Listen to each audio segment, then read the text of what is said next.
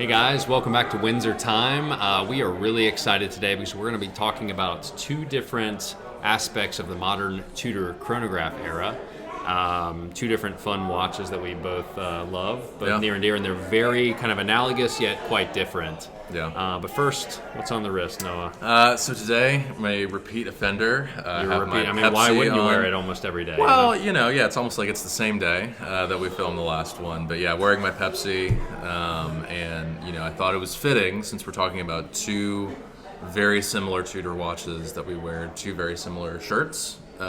For obviously, costume purposes. I don't know. Why not? But anyway, I'm wearing my Pepsi. What about you? Cool. I am wearing a Tudor. I thought it was fitting once again. We're talking about Tudors, not a chronograph, but 1981 vintage Tudor sub. It's an incredible one. I hadn't seen that one in a little while. This watch. And I wondered if it was still hanging around. It's around. Yeah, it's not going anywhere. No, I love this watch. Super special to me. And it's funny, as much as I always thought I would love this watch on the bracelet, it wasn't really until I put it on the fabric strap that I started wearing it almost more often. It looks incredible. But yeah, the faded light blue-gray bezel into the kind of deep sea blue dial and just kind of beige, peachy hands are just awesome. I love this thing. And probably don't wear it enough, but when I do, it's just don't want to take it off and just rock out with it for as many days at a time as I can. So love this watch. There you go. So jumping in, we have two different modern Tudor chronographs. Yep. One from the 1990s and one from the more recent relaunch of Tudor, which I think relaunched, I want to say 2013 or 2014. This watch is more recent than that, but they're kind of doing similar things in a different way here. So, absolutely. What do you think about these? To address the elephant in the room, chronographs, and especially chronographs from the family of brands that we're looking at here, have been really hot. Yeah. So I think in today's market, some of those watches are still difficult to get. And on the table in front of us, we have two incredible, not alternatives, but great options in that same vein that are far more readily available and just look great. They're great watches. They're fun watches. Like you said, we have a little bit of kind of neo vintage and then an incredible modern watch that I think really either of them, more so the more modern one, could be great, on watch collections if you're just looking for a great piece. Absolutely, man. They totally could be. Not to jump in, but as much as they're so similar, they're quite different at the same time. I mean, the probably biggest glaring difference is one is what we would call that white and black panda dial versus kind of more of a silver, almost opaline subdials, but silver and then off silver.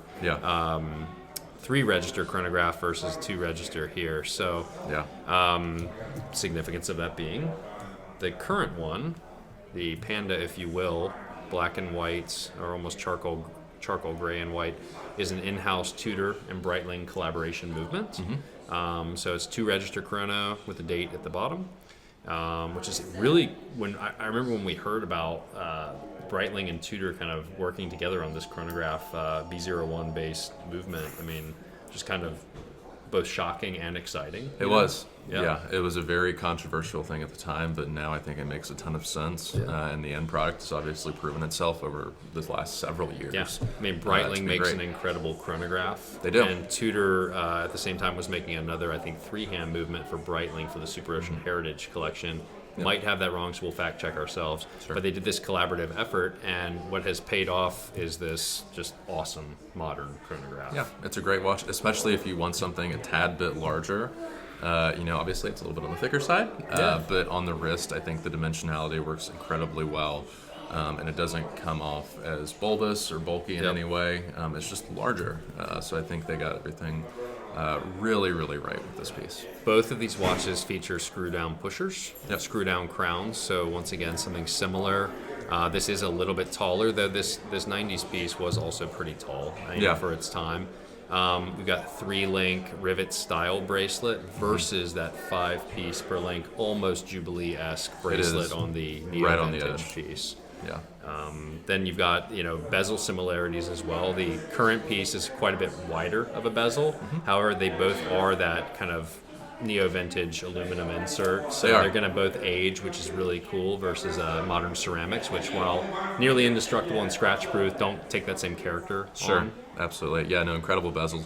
The one thing, the date execution on both these watches is very different, but I think works in such a charming way, really, on this piece with the date bubble. I mean, I know people don't always love the bubble, but I love it. It in a million years would not work on that, but I think with this, there's just something so great about it and so cool. And it makes sense with the time of the watch. It does. It does, absolutely. Both have the Tudor shield, a larger shield in this case, a very small shield on this dial, which is more of a print shield versus the, I think, applied shield there. And obviously the biggest difference being you've got a vertical, non-in-house chronograph in that watch. You've got the 3-register at the vertical, I guess on the y-axis. Y-axis, There you go. I'm not close enough. Not a mathematician. Y-axis versus the X on this guy, so... Yeah. Absolutely. No, I mean, I think an incredible piece. If you think about, if you were in the 90s, wearing this watch, how cool life would have been, right? Definitely. But I mean, really, really incredible piece, and something I think that is undervalued. You don't hear a lot about this. You don't hear a lot about the previous iteration. Was it the Heritage Chronograph or something? Yeah.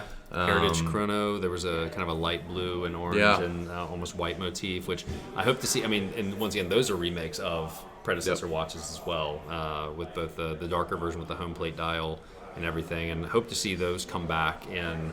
I'm sure they'll come back at least in a one-off style of some sort, but this does harken to those a little bit with that 6 o'clock date, which the vintage pieces had as well. So other difference, you've got drilled lugs or push lugs in this case for the pin, and you've got traditional, I guess, modern pins on this bracelet. So more of that, once again, neo-vintage Rolex case in that sense, even though it was very much a Tudor case at that point. Yeah. How cool. Oh boy. And it'll never happen, but how cool would it be if they brought back drilled lugs? I know. I mean, they're so practical, they're so great. Having just done the FXD some years ago, I mean, I could see that world that happening. Maybe at least on a one-off, throwback piece or something like that. So we never know. Tudor brings something fun every year. They do. They do. Absolutely. So 2 incredible chronographs from Tudor currently available in the pre-owned shop. If you are interested in either of these, feel free to reach out. But as always, thank you guys for watching. Be sure to like and subscribe, and we'll see you next time.